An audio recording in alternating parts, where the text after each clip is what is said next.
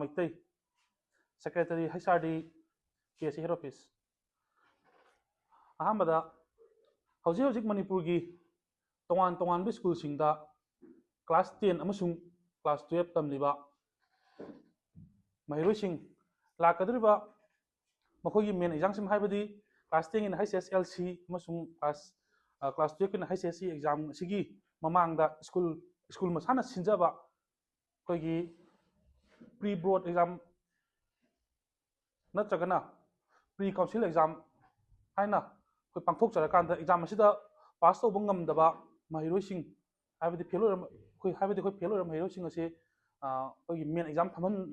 दबगी चनबी में कोई तौरलेबा यामना कोई लाइबक थिबनि हाइजनिंगे लोइनाना प्री बोर्ड एग्जाम नत्रगना कोई प्री काउंसिल एग्जाम असिदा करिगुम फेल ओइबा तारगदी mahiroi adu कोई लाकदुरिबा मखोगी HSLCE नत्रगना HSE एग्जाम अदुदा मखोय असि को फेल ओइरगनी हाइबसि कयामुक यामना गारंटी पिंगमनो कयामुक यामना गारंटी पिबा ngamlabno हाइबसि हंनिंगा अबु हंग मोइरगली अदुगा मखा तारकपदा करिगुम्बा प्री काउंसिल नत्रगना प्री बोर्ड के एग्जाम असिदा मार्क नियमलबा mahirosing असिदा मखोय असिदा कोइगी फॉर्म फिलअप असि कोइगी फाइन थिबा ngam कांगबुना फॉर्म लतो हनबा अदुगा फाइन थिबा ngam दा कांगबुना फॉर्म लतो हनदबा कोई मसीदी कोइगी कइगुम फॉर्म फिलअप असिदा कोइगी फाइन थिबा ngam कांगबु सिंग असिदी सोइदन मकी पास तोब ngamladra हाइबो वाहंग असि हनिंगा मोइरगली तसेंगना कोइगी प्री बोर्ड नत्रगना प्री काउंसिल एग्जाम हाइबसे कोइगी mahirosing अदुदा कोइगी मसीदा पास तौदबा तारगदी अखोइजे फाइन लौगनी फाइन चांग लौगनी हाइबगी अखोइगी वाखलोंदा कोइदी सातदुना होना हनिंगबा एग्जाम मा सातदुना होना हनिंगबा एग्जाम अमा ओइबा तारबसु एग्जाम ओइबा तारबसु साइगी मसीगी मरुमदा स्कूल खरना चाउना सिना लंबे रगली तसेंबदी प्री काउंसिल नत्रगना प्री बोर्ड हाइबा एग्जाम असि अखोइगी लाकदुर मखोइगी मेन एग्जाम गा यामना मरिना ओइबा दुगुमलबा कोइगी मॉक टेस्ट अमनि हाइजनिंगी समना हाइबदा कोइगी हजिक थाबिदु UPSC MPSC banking SSC RRB any kinds of civil service exam की दमकता अखोइना मॉक टेस्ट थाबगुम समनबा क्वेश्चन ब्लूप्रिंट दा सेमकांदा अखोइगी सिगी स्कूल की एग्जाम अछि पांथोकपनि मसिगी एग्जाम असिगी रिजल्ट ना मसिगी एग्जाम सिगी रिजल्ट ओरकांदा कोइ छात्र सिंग अदुना मखोइना फंगबा मसिगी एग्जाम सिगी मगी रिजल्ट दा छात्र सिंग अदुना मखोइना फंगकपा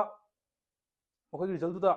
मखोइना मगी सोथरेबा सिंग अदु मगी होना होबगी अदगी मगी सोथरेबा सिंग अदु मखोइदु मेखेट होबगी तंजा अमा पीबनी मसिदा मसिगी एग्जाम असिना कोइ स्क्रीनिंग टेस्ट अमोइना थागदु लागदु एग्जाम सिंग ओंथोकपदि यारोय करिगुम्बा मार्क्स सोना mahirosing लेरगसु करिगुम्बा लाइक खरा सोंथाबा mahirosing लेरगसु मतम चाना मखोई पेरेंट्स सिंग को बिरकांदा मतम चाना करम तौसिगे हाइना हाइदिङै नत्रगना मखोई अदुना करिगुम्बा सोथादुर हाइ तागजि हेक हरपदि हौना मखोई तोंगान स्किल अमदा चपिनबा हाइदिङैदा हेक्ता कोइगी फॉर्म फिलअप की मतम हयेंग दंगाइरकला मतम सिदा हेक्ता एग्जाम थाबा यारोय हाइदना नमफुर तौबा सिदी छात्र सिंग अदु केयर महम हाइजनिंगी अदुगा लोइरकपदा क्लास 10 अमसुं क्लास 12 थागदबा mahirosing की ओइना हजिक तोंगान स्कूल सिंगदा चाउना फॉर्म फिलअप की फॉर्म सिंग हेन लौसल ले हाइबगी कोई केस दे कंप्लेन सबदी केसन अखोइ थिजरुबदगी मसी फंगजरे अदो ngasiदगीदी कोई स्कूल अथॉरिटी दा कोई केसन अपील तौजरी मदुदी यारगदी असुक यामना था 18 हेना कोई मणिपुर सिदा कोई तंगदु तादना लेरबा काना सिदा अखोइगी फॉर्म फिलअप की ममन असि याम का हेन लौसन बुगुम्बा अदगीदी तमदबा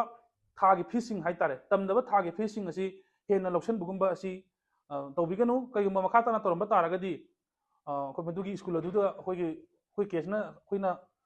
चरबा थवकसिंगदा मसाना याना लौबियु लोइना असिगुमलबा फॉर्म फिलअप मन हेनबा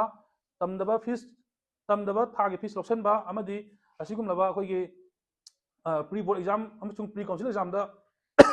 सॉरी कोइ प्री काउंसिल एग्जाम दा कोइ फेल ओइरबा नत्रगना मार्क नियम mahirosing असि एग्जाम थाबा यारोय हाइबगी चनबी लाक्पा तारगदी कंगलेपाक एसोसिएशन हेड ऑफिस अखोइगी खुयाथोंदा लैबा सिदा पाउ पिबिरौ नत्रगना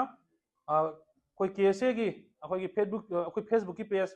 Kangleipak student association KSA head office हाइबा फेसबुक पेज सिदा पाउ पिबिरौ थोंग मनबा mahiroi खुनाय अमगी दमदा KSA ना थोंग लाउना हांगदबा थमजरी। ꯊꯥꯒꯠꯆꯔꯤ